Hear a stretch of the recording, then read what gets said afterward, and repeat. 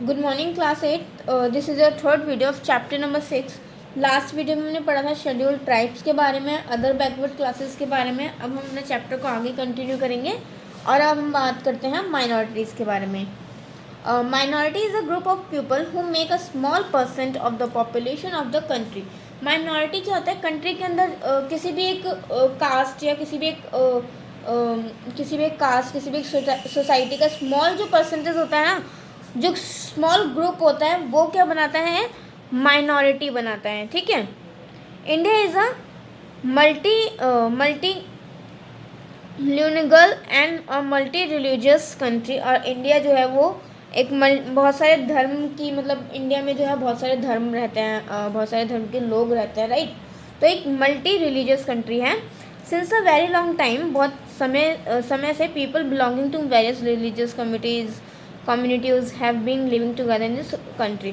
और बहुत समय से इस कंट्री में, इंडिया में क्या है कि बहुत सारे धर्म के लोग जो हैं, बहुत सारे कम्युनिटीज़ के लोग, बहुत सारी अलग अलग सोसाइटीज़ के लोग जो हैं, सब लोग साथ में रहते हैं। ठीक है।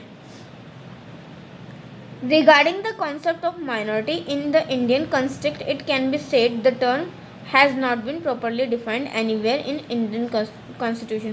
और जो minority concept है वो इंडियन कॉन्स्टिट्यूशन में किसी भी जगह पर कहीं पर भी अच्छी तरह से डिफाइंड नहीं किया गया है। But minority status has been conferred on many groups. But जो माइनॉरिटी स्टेटस है वो बहुत सारे ग्रुप्स में उनको कन्फर्म किया गया है। According to the Article 29 of the Constitution, any group living with the jurisdiction of Indian is entitled to preserve and promote in own language, script और literature and culture। अब आर्टिकल 29 के according, जो कि हमारे constitution में, मतलब संविधान में आर्टिकल 29 दिया गया है, उसके अकॉर्डिंग कोई भी ग्रुप अलग थोड़ी जगह पर रहता है, जो कि जिसकी अपनी खुद की लैंग्वेज है, अपनी खुद का स्क्रिप्ट है, अपना खुद का लिटरेचर, अपना खुद का कल्चर है, वो माइनॉरिटीज़ कहलाता है। ठीक है। अब हम आगे बात करते हैं protection of the interest of the minorities. अब माइनॉरिटीज़ के लिए क्या प्रोटेक्शन की गई है उसके बारे में हम बात करेंगे।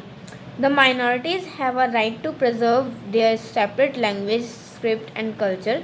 माइनॉरिटीज़ के पास अधिकार है कि वो अपने लैंग्वेज, स्क्रिप्ट और कल्चर अपना सकते हैं, वो अपना ही रख सकते हैं। Such minorities will be denied admission into educational institution aided by the government on the ground of religious और लैंग्वेज। और कुछ माइनॉरिटीज़ ऐसे होते हैं जिन्होंने गवर्नमेंट के द्वारा जो लैंग्वेजेस और धर्म के आधार पर जो इंस्टीट्यूशंस बनाए हैं उसमें पढ़ने से इनकार कर देते हैं। Minorities have a right to establish educational institution of their choice. उनके पास अधिकार होता है कि वो अपनी पसंद से अपनी जो शिक्षा है वो ले सकते हैं। While granting financial aid, the state shall not discriminate against such institution.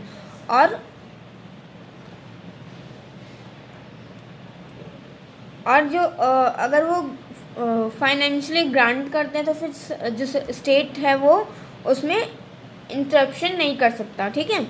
Article 350B authorise the president to appoint a special officer for linguistic minorities. और आर्टिकल 350B के तहत जो प्रेसिडेंट है वो एक स्पेशल ऑफिसर अपॉइंट करते हैं linguistic minorities के लिए। उसकी ड्यूटी क्या होती है कि सारे मैटर्स को एग्जामिन करें, उनके लिए सेफ्टी प्रोवाइड करें। ठीक है। नेक्स्ट है हमारा अदर मार्जिनलाइज्ड ग्रुप। अब अदर मार्जिनलाइज्ड ग्रुप के बारे में पढ़ते हैं। Apart from the schedule caste, schedule tribes और ओबीसीज को हटा के जो अदर मार्जिनलाइज्ड ग्रुप्स हैं उनके बारे में बात करेंगे। Women and children also belong to marginalised sections of a society. Womens, औरतें और जो बच्चे हैं वो भी मार्जिनलाइज्ड माने जाते हैं, वो भी मार्जिनलाइज्ड से बिलोंग करते हैं हमारी सोसाइटी में। ठीक है। Women, the status of women is in India has been subject to many great changes. जो हमारी इंडिया में स्टेटस है वुमेन का, उसको भी बहुत सारे चेंजेस की ज़रूरत है। From equal status with man in ancient time into the promotion of, जैसे कि हमें पता है कि स्टार्टिंग से ही वुमेन को मैन से पीछे माना जाता है, ठीक है।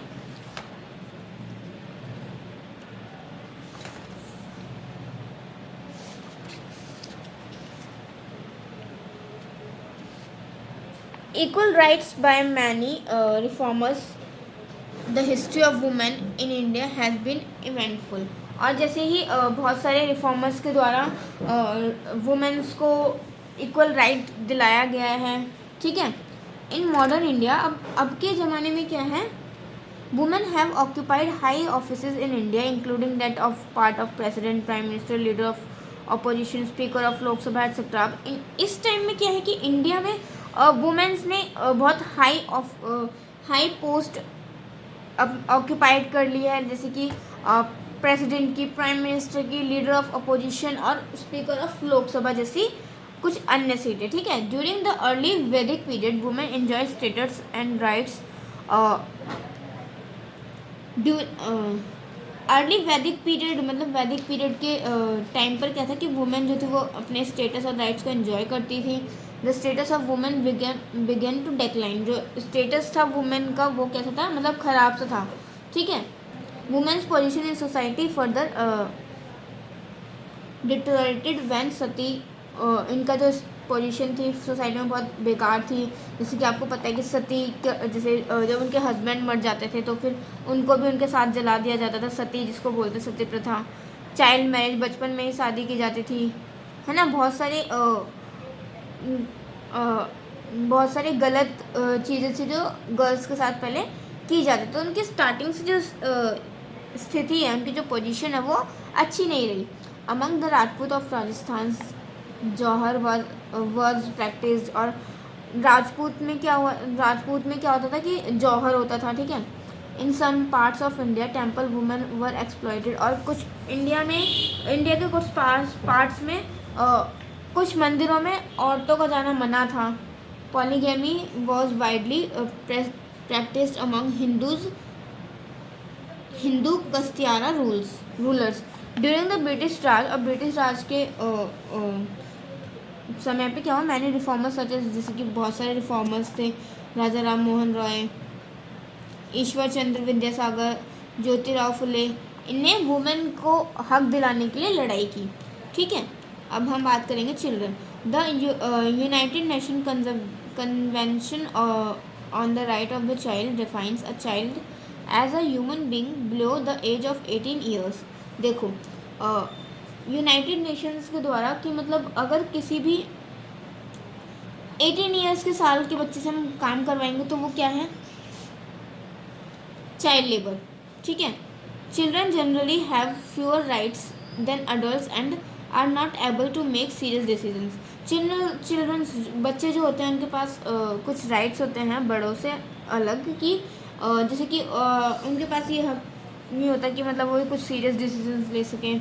Children are the future of our country, children जो है वो हमारे कंट्री के फ्यूचर है, हमारे कंट्री का आने वाला कल है। Hence it is important that they receive proper care, और इसलिए ये इम्पॉर्टेंट है कि उनको प्रॉपर केयर मिले। A large number of them suffer from starvation and diseases, lives in unhygienic condition and don't go to school। और अगर हम उनको काम कराएंगे तो अनहाइजीनिक जगह पे काम कराएंगे तो इनके लिए बहुत बड़ा खतरा है, और अगर उनको स्कूल ना भेजे तो फिर वो कुछ नहीं कर सकते, मतलब लाइक अपनी लाइफ में आगे सक्सेस नहीं कर सकते। तो चाइल्ड लेबरिंग कराना बहुत बुरी बात है, मतलब 14 ईयर्स की कम एज से अगर हम काम कराते हैं, किसी भी बच्चे से काम कराते हैं तो वो चाइल्ड लेबर कहलाता है। अभी के टाइम पर क्या है, इसके खिलाफ एक सख्त रूल बन चुका है, अगर हम चाइल्ड लेबर कराते हैं तो हमें जेल भी हो सकती है, ये सब हो सकता है, ठीक है।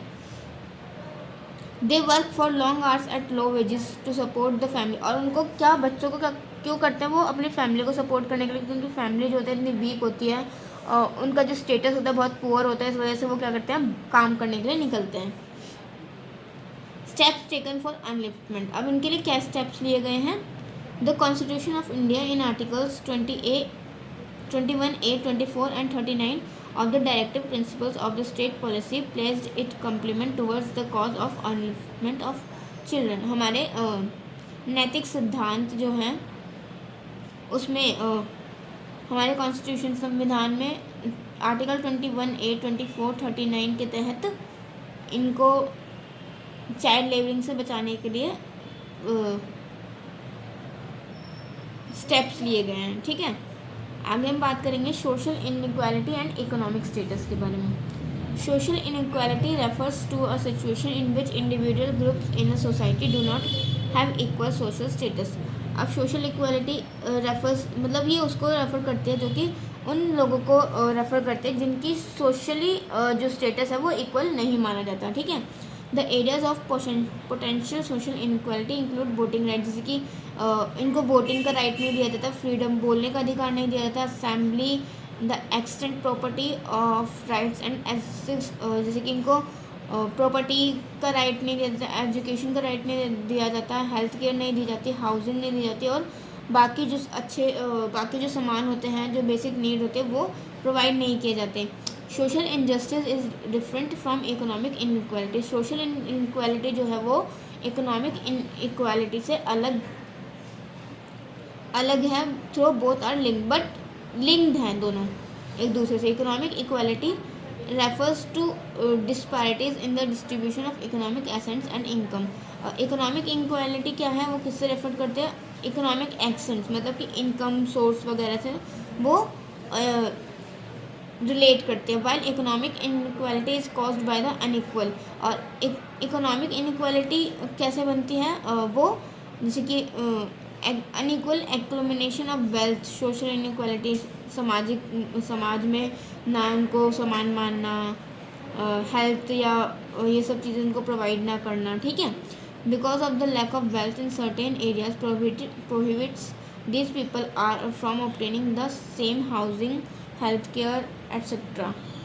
और पैसे की कमी होने की वजह से क्या करते हैं, मतलब इनको सेम हाउस और हेल्थ केयर प्रोवाइड होती है. As the wealthy in societies where access to this society goods depends on wealth. और इन ऐसे सोसाइटी में इनका जो सामान होता है, बेसिक नीड होता है, और जो हेल्थ के लिए जो इनको प्रोवाइड होती है वो सब किस पे डिपेंड करता है, वेल्थ पे. ठीक है, इसी के साथ क्लास आपका चैप्टर यहीं पे फिनिश होता है.